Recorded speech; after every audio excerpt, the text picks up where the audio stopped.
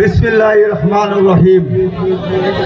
আজকে আমাদের সংসদ সদস্য সাইদুল হক সুমন ভাইয়ের সম্বর্ধনা অনুষ্ঠানে আমরা একত্রিত হয়েছি। আমাদের চুনারুঘাটে একটা ব্যাক্সের কোনো অফিস নাই। আমাদের সেক্রেটারি অনেক কথাই বলে গেছেন, আমাদের একটা অফিস অতি জরুরি। আমাদের রাস্তা এখান থেকে যাইতে আমাদের প্রতি সময় যানজট লেগে থাকে।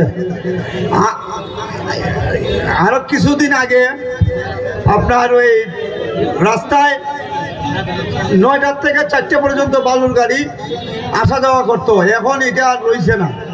কারণ এটা আমাদের 4টার থেকে 9টার থেকে 4টে পর্যন্ত এটা স্থায়ী হইতো, আর আমাদের অফিস হইতো। আর এই বলে আমার কথা শেষ করছি। সকলকে ধন্যবাদ।